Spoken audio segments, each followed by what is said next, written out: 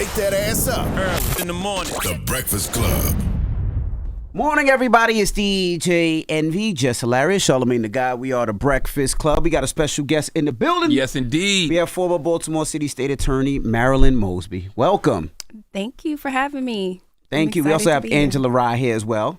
Hello. Hello, Miss Rye. Why y'all both got on camouflage? Y'all going ready to war? for We're war? ready for war. It wasn't even on purpose. It's being on one accord. We're ready for war. Taylor was too earlier. Okay. How are you though, Marilyn? How are you feeling? I feel grateful. It's been really, really hard. I mean, we'll get into the case, but I have been accused of doing something that I have not done. I'm innocent. I'm facing 40 years for withdrawing funds from my retirement savings. The United States government, a global superpower, is actually coming for me. And so it's been hard and it's been daunting, but I feel blessed because, I have people in my corner like the great Angela Rye, right? This bold, beautiful, brilliant Black woman who is using her platform to heighten what I'm going through. And I mean, the only thing I can say is gratitude. Let's start from the beginning. How did you get to this position, right? We've seen Donald Trump throwing darts at you, but how did you get to this position? What happened? Let's start from the beginning. So when you say start from the beginning, like the attacks, I would say... Well, you were Baltimore City State's attorney, so you were doing your job. Yeah. And then it took a shift. When did it start taking a shift? When did the government start attacking you, and for what reason? So when I became the state's attorney, I was the youngest chief prosecutor of any major American city in the country. I won at the age of 34. And then I beat an incumbent that outraised me 4-1 by double-digit percentage points. And so 5 months into my first term, unfortunately, a young Black man by the name of Freddie Carlos Gray Jr. was killed in the custody of police when he was unconstitutionally arrested, placed into a metal wagon, head first, feet shackled, and handcuffed. And his pleas for medical attention were ignored. I followed the facts with the law. I wouldn't do anything differently, but I charged those police officers. And at that time, I was one of the first prosecutors in the country to attempt to hold police officers accountable for the death of a Black man. And so that wasn't happening in this country. And so it immediately came with a great deal of backlash. I got hate mail and death threats, people describing how my now ex-husband would come out of our house and he would be killed and how no police officers would respond.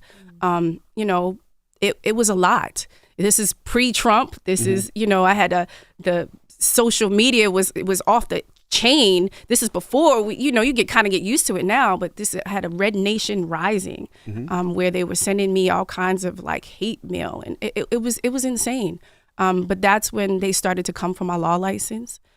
They were trying to do whatever they could to break me. And what we learned out of that case, those officers were acquitted, and in my opinion, the police department sabotaged the case, but we learned our lessons.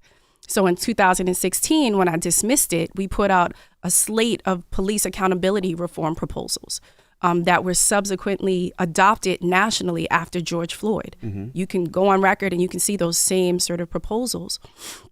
But we also learned our lessons in that during my tenure, we then subsequently prosecuted 33 police officers successfully, right? So not just, you didn't go after just the Freddie Gray police officers, 33 other police officers successfully. Anybody that preyed upon the vulnerabilities of the citizens of Baltimore had to deal with my office.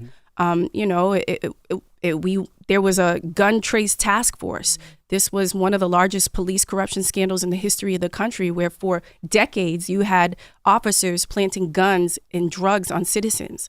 And so understanding that the credibility of those officers were at issue, we drafted legislation, lobbied for legislation, went against my colleagues across the state, and we were able to pass a vacatur statute that in the interests of justice gave prosecutors mechanisms to vacate the convictions. Imagine, individuals like that making claims on citizens and they're lying. So we had to review thousands of cases, and ultimately through that legislation that we created, we vacated the convictions of over 800 individuals. And that ain't gain you no fans in law enforcement and police unions. Oh, absolutely not. I mean, especially when the lead prosecutor on the gun trace task force, I'm going to say this part because she shouldn't.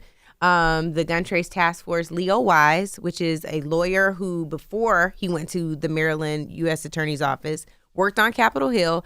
All of his targets were black people. He goes there. He prosecutes these gun trace task force members. 5 of them are black, 3 of them are white. He doesn't go after their boss. Marilyn says, oh, well, since you're finding corruption, we're going to make sure that we review all these cases. I think that this man's ego didn't allow for him to see that that was actually beneficial. If there was someone who did wrong by the law, then the conviction should be overturned. He took that as a personal affront. Not only was he the lead prosecutor on the case against Marilyn, he donated to her political opponents. That in and of itself should be a material conflict that got him removed from the cases against her. So they went after her. They were looking for things over and over again. Donald Trump said that he was going to go after the protesters during the George Floyd unrest in this country, and targeted Baltimore as one of them. That's not the first time he name-checked Maryland.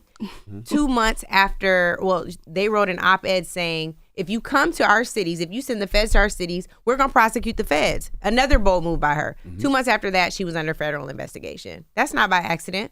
That's not happenstance. Now, before we get to the case, right, what other things were they doing to you that you started to notice? Like, when did you realize, like, okay, they on my ass? So, I mean, I understood and recognized that, challenging the status quo wasn't just my, attempts to balance the scales of justice when it comes to holding police officers accountable. There were a great deal of other reforms that we put into place. You guys covered it at one point. We stopped prosecuting low-level marijuana possession cases, right, in the city of Baltimore before it was legalized, because there was an expectation that, that the guys in certain neighborhoods, they could get the substance use. And unfortunately, we wanted to criminalize black folks, even after we did decriminalize 10 grams or less in marijuana, and the police were responsible for issuing citations. 95% of the citations that they were issued to one out of 9 police districts. That district that they were issuing the citations happened to be 95% black and disproportionately impoverished, right? And so when we look at that fact that there's no disparate use among white and black people when it comes to mere possession of marijuana in America, if you're a white person, a black person, you're 4 times more likely to be arrested for mere possession of marijuana. However, in the city of Baltimore, you were 6 times more likely. And what I said is, I'm never going to be complicit in discriminatory enforcement of laws against poor black and brown people. So my colleagues would call me morons. They were constantly attacking me. And this was nothing new, because people are always going to be resistant to change. I understood that. I recognized that. I started the first conviction integrity unit in the entire state of Maryland, where we did reinvestigations into claims of actual innocence. And under my tenure, we exonerated 13 innocent black men who collectively served 300 years in prison for crimes they didn't commit. I started a sentencing review unit where we released and modified the sentence of over 60 individuals that are juvenile lifers in the elderly prison population. And so when you're going against the status quo and you're attempting to reduce the jail population, and in a system that has disproportionately impacted and has based their business model off the backs of black and brown people, I knew people were going to come for me. I just didn't think that they were going to use this system against me in a way in which I would be wrongly convicted and face the same sort of reality as all of those exonerees. So this is the indictment that happened in 2022. That was the first time they came for you? So the feds actually, for 5 years, they had been investigating every aspect of my life. So they combed my taxes, my charitable donations, my campaign contributions. They went to my children's dance instructors. They were sending the FBI to my neighbors' homes at 5 a.m, interrogating them. Imagine getting the FBI knocking at your door. We want to talk to you about Marilyn Mosby. And they issued subpoenas to all of the black churches 5 months before, a few months before my election. So what do you think that's going to do? Everybody's going to be like, oh, I don't want to touch this with a 10-foot pole, right? And so it was created to isolate me. And so I understood that it was coming, but I still knew that I had done nothing wrong. Yeah. And so to then have, all of that be public, and the feds, when they're investigating you, typically you don't know it until you're indicted. They made it very public because they wanted to create this narrative that I was somehow a villain and corrupt. And so I was shocked when they came back and they indicted me of, withdrawing my own money, the money that I put away every 2 weeks out of in my retirement savings. The Baltimore Deferred Compensation Retirement Account.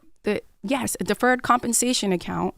And they said that and made it out to be as if I was utilizing PPP loans or COVID relief funding, right? Like, no, this is literally my money. Well, what happened? Walk us through that. What happened exactly? So, during COVID, Congress came out with a statute, and Angela, if you wanted to get into it, you could as well, but they came out with a COVID provision under the CARES Act, where they had not defined what an adverse financial consequence was.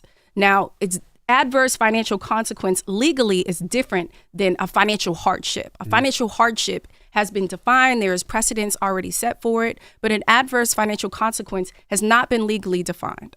What I was attempting to do was to access my money, and I didn't know how I was going to do it, but I wanted to be able to access my money. I called, Nationwide. They told me, hey, there's this provision. If you meet any of this criteria, right? And again, adverse financial consequence. And there's a recorded call of you calling Nationwide where you ask, it's very clear that she's asking for clarification on how this money can be accessed and withdrawn.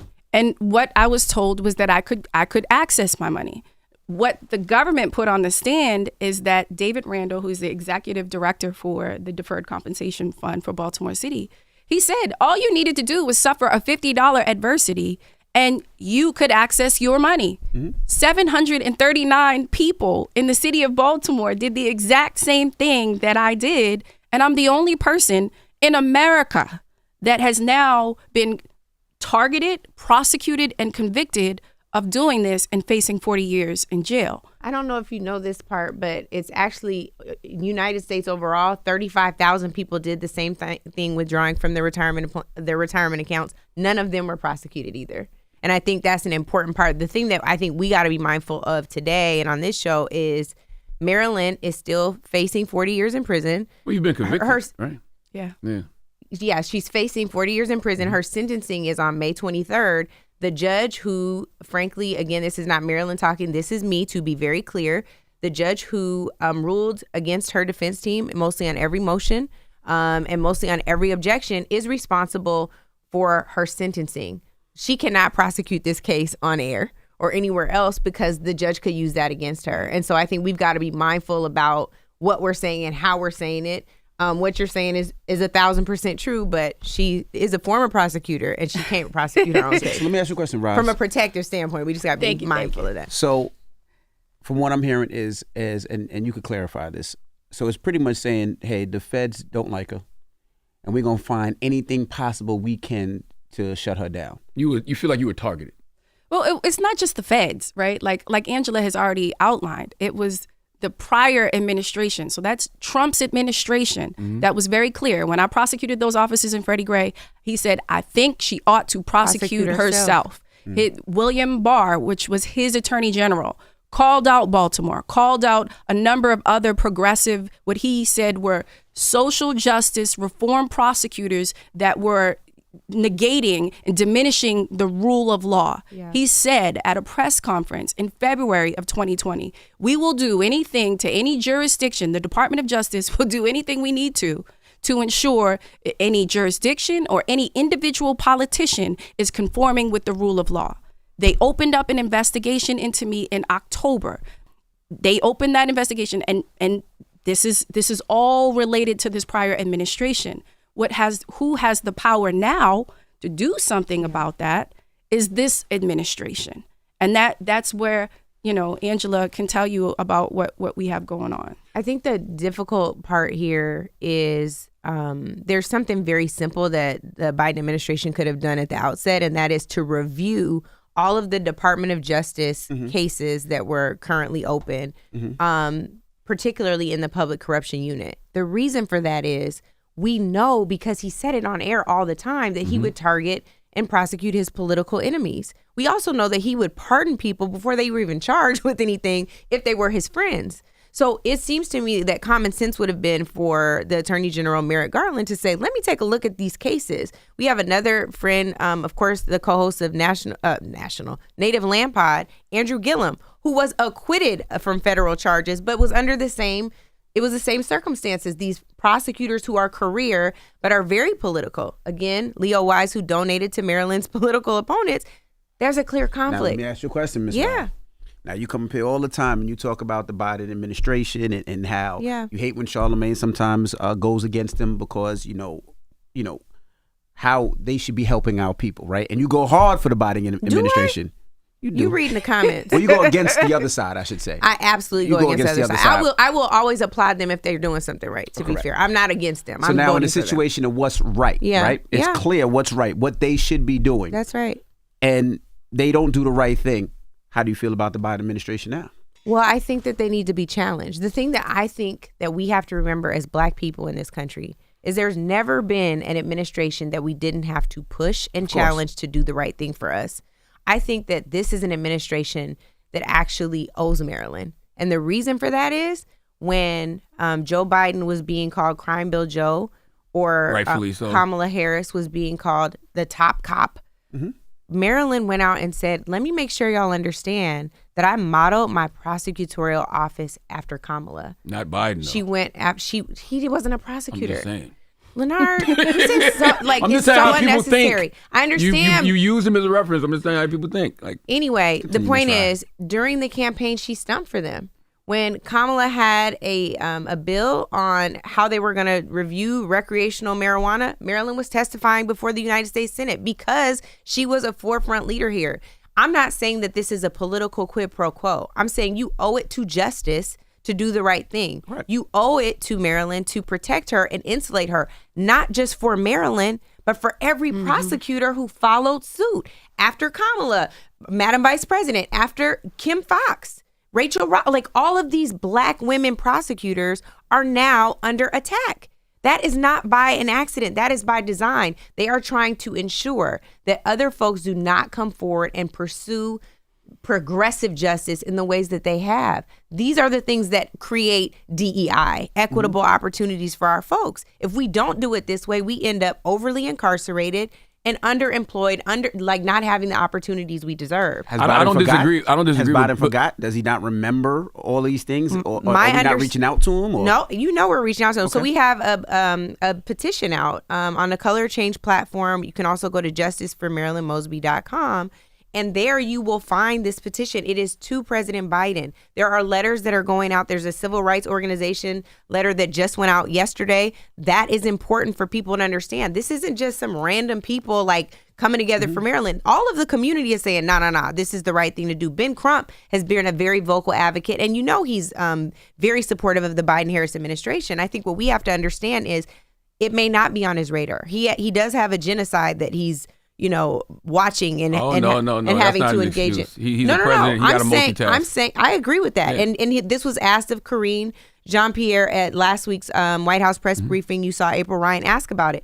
It is on his radar now. And so now you can review the facts. Some of the pushback has been that Maryland didn't fill out a pardon application. We were initially advised that the pardon application didn't apply to her because she hasn't been through a 5-year waiting period from the sentencing or been incarcerated for 5 years. The president, per the Constitution, has broad discretion on when he can issue a pardon. And so we're going to fill out the application, but also we expect a pardon. Why do we expect them to do the right thing when, the indictment against you came under a Democratic U.S. attorney, right? Eric Barron. And it's been handled by a Biden-nominated judge who is Lydia K. Grigsby. So why do you expect the Biden administration to do the right thing, or Democrats to do the right thing? She can't answer that. I would say to you this. Please remember that these investigations began when Donald Trump was in office. Please note that this absolutely should have fallen on the Department of Justice to, again, go through these cases. What are they really about? the fact that there are Black appointees doing things that they think will preserve their appointment is not surprising. We have Black folks like that in corporate America all over the place that are like, what can I do to make sure I'm below the radar? That's what it's giving. And I think the other thing that we need to note here is this judge was also appointed by President Obama, but she was in claims court. She has never touched a criminal case before this one. Her very first criminal trial was Marilyn's case. She was not prepared. I'm not coming at this woman's qualifications, but she's a civil litigator. Like, even when she worked on Capitol Hill, I think the other thing that's interesting from a timeline perspective is Eric Barron and Lydia Grigsby just so happened to be working on Capitol Hill together on the same committee. It's called the Senate Judiciary Committee. I just found that out. That to me is also an apparent conflict. So maybe she should have recused herself. There are a number of reasons and grounds for appeal. Maybe you can talk more about that, but I think in terms of the politics of this, they're very tricky, very interesting. It's made for a movie, honestly. But the reality of it is this investigation began under Donald Trump. And we have to acknowledge that some of these prosecutors should be dismissed because they have political ambitions, political intentions, political motives that actually end up causing grave harm to our community. Let me ask a follow-up then. Why do we expect Biden to do the right thing when he's received nearly 1,000 pardon petitions during his term, but only granted 24? Yeah, I think it's a good question. I think all we can do is hope for people to do the right thing. You know, I don't know if you have a different plea. This can be an emotional plea. I mean, I think that we have to come together. I mean, I think this is the right thing to do. I mean, we know that I've been targeted as a result of the policies and in my attempts to balance the scale of justice.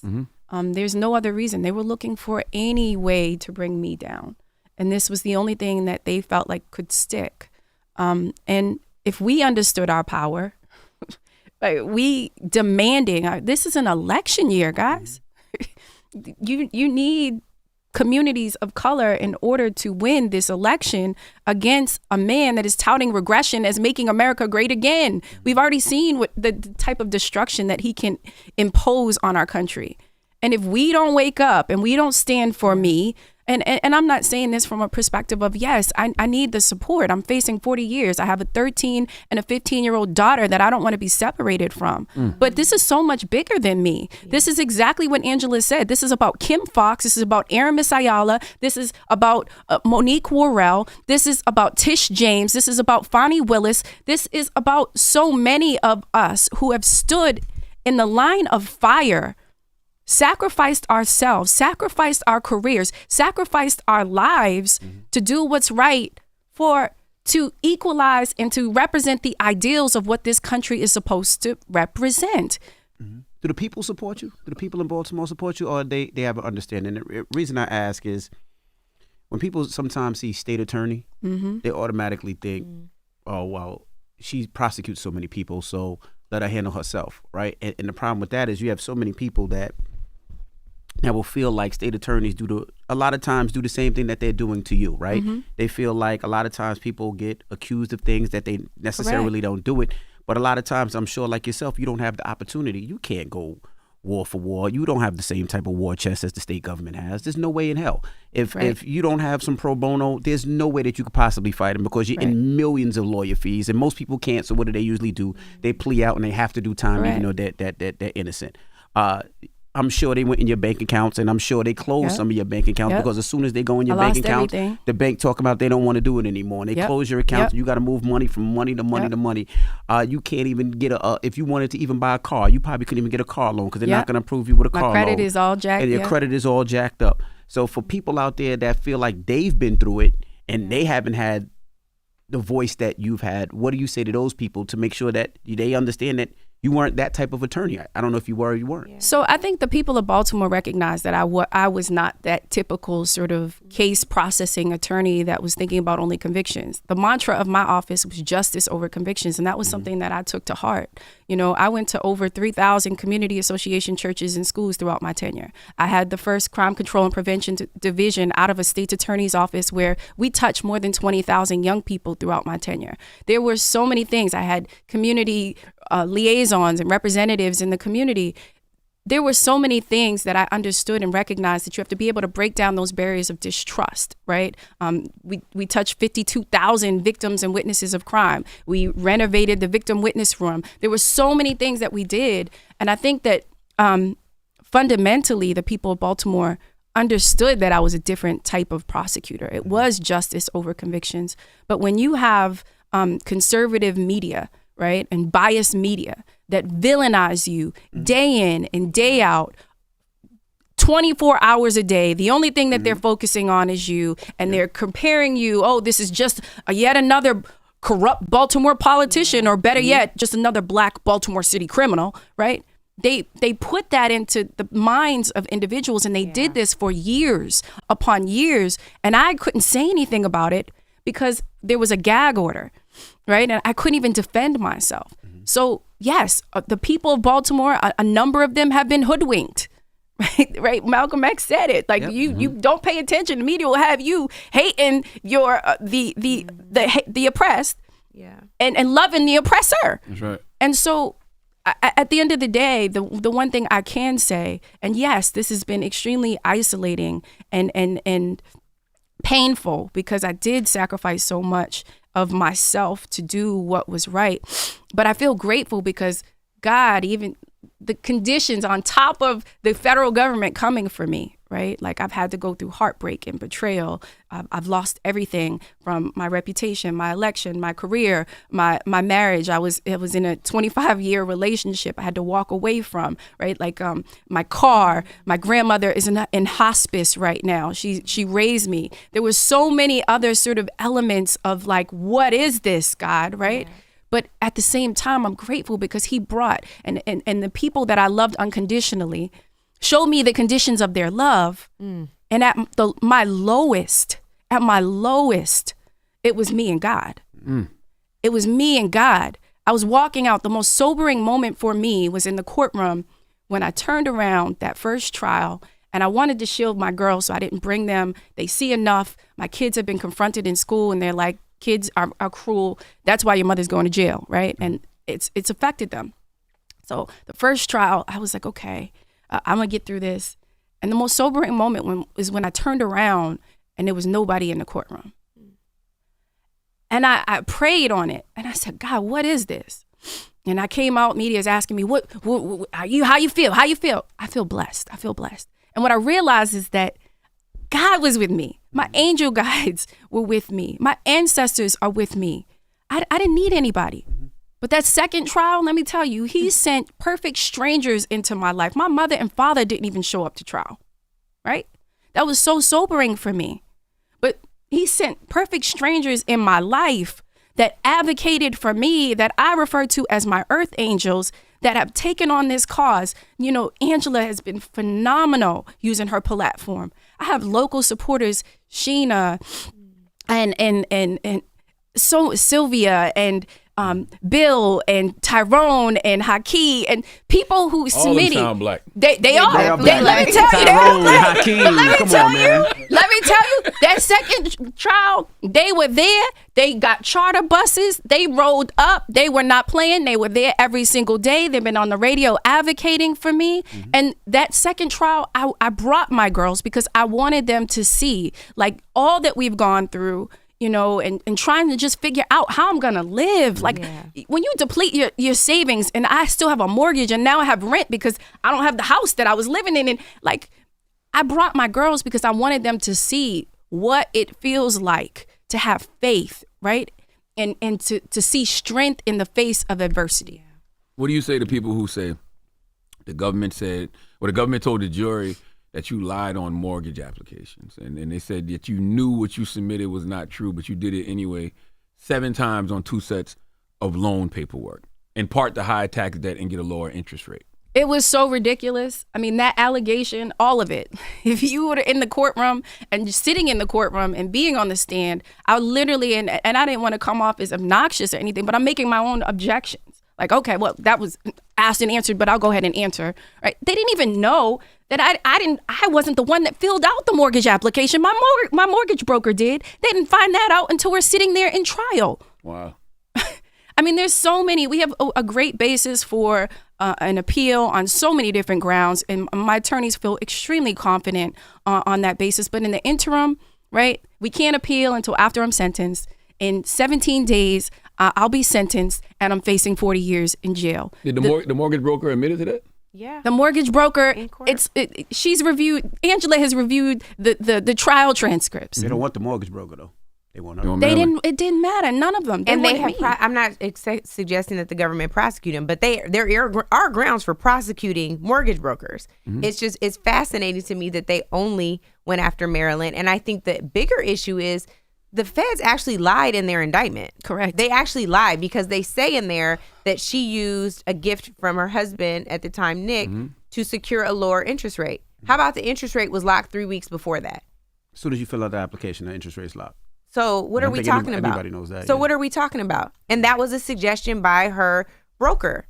So all of that is incorrect, and they didn't even have to come to account for that. They didn't have to modify the indictment. Wow. So there are several things that they've done that are wrong, that are unethical, right? I think that we should be looking into filing complaints with the Office of Professional Responsibility at the United States Department of Justice, because a lot of this is unethical. It's about scoring points on the board. And they don't, so some folks would say, well, why are you focusing on a pardon and not just ensuring that she doesn't do any prison time?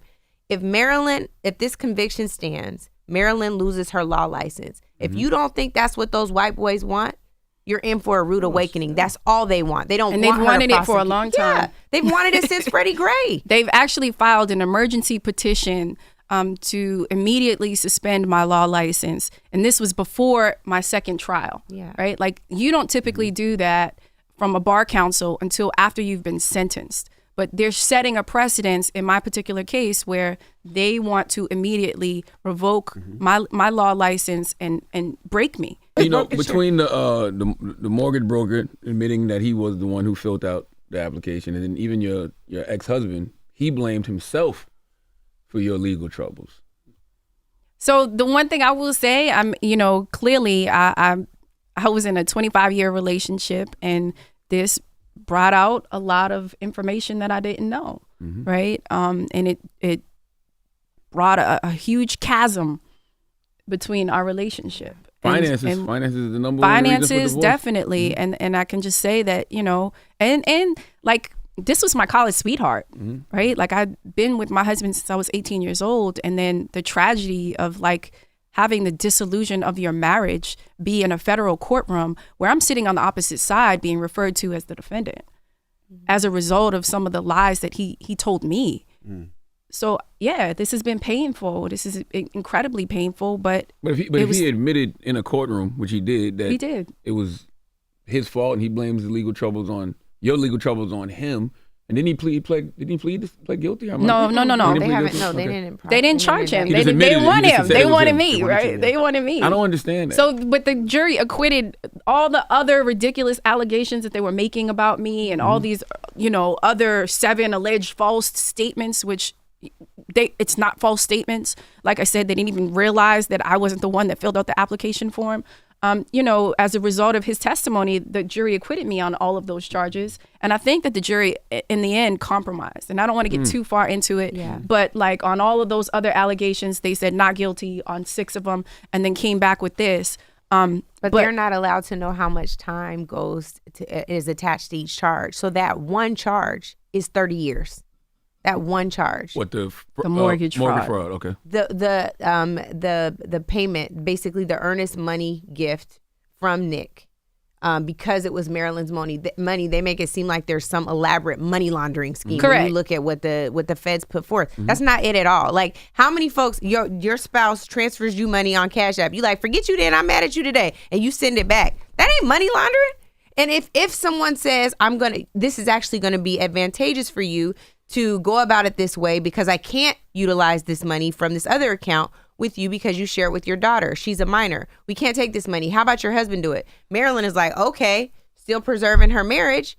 She's like, just in case he ain't got the money, let me make sure he got the money. That is not a crime. Even withdrawing money from your own retirement account is not a crime. Somehow they've created this narrative, this fictional narrative that makes her seem like a criminal so that they can undermine her legacy, undermine the work that she did as a progressive prosecutor, and shame Black women in this role. And most importantly, go after her law license. What about the perjury charge? The perjury is related to me withdrawing the funds from the COVID provision. Mm-hmm. Again, there's From no your base retirement from my account. retirement account. Like they have not prosecuted or used this provision for anyone else. As Angela has already indicated, I didn't even realize 35,000 people in America have done the same thing under this provision. The person in Baltimore City, I told you 739 people did that in the city of Baltimore. I am the only person in America that has been investigated, prosecuted, and now convicted. The thing to know about this too is the perjury is about saying she experienced an adverse financial consequence. Right. That is Marilyn's to know. And the problem is this judge, again, this is not Marilyn talking, this is me. She told the jury to rely on their own common sense. It is in the court transcripts. That's not a jury instruction. She told the jury that it is defined in the CARES Act. An adverse financial consequence is defined in the CARES Act. It is not. It's defined as an adverse financial consequence. And as someone who has written legislation on the Hill, we ain't got time to define everything. So you got to give them what the parameters are for that in the jury instructions. That is your obligation as the judge. The worst thing I think about this is for Marilyn to have experienced an adverse financial consequence doesn't mean that her salary took a hit, which is what DOJ was trying to tie. Like, well, you're Her still drawing salary the same didn't change. salary. Yeah. Right. But that's not the case. It could be that she had to start taking care of another family member who experienced hardship, who was laid off, who was furloughed. And we all had those family members we all were like, what is going to happen? It was a very scary time. Mind you, all the members of Congress who were withdrawing their same salaries but could get PPP loans, they weren't prosecuted. And we're not even talking about PPP. Governor Hogan, this brings me back to my point from 5 minutes ago. Governor Hogan gave the feds money to prosecute fraud related to the CARES Act. You want to know when he did it? When? Shortly after Marilyn was indicted. That was by design so that they could ensure that they did whatever they needed to lock her up. They literally targeted that money to CARES Act related fraud. So if you receive a pardon, Marilyn, what do you do moving forward? I mean, I'm able to live my life again. I'm able to continue to fight for justice. I mean, this is You not. go back into politics? I don't know if let me tell you right now, I'm a little jaded right now at this moment, but I'm not going to stop fighting for justice and fighting for what's right in this country.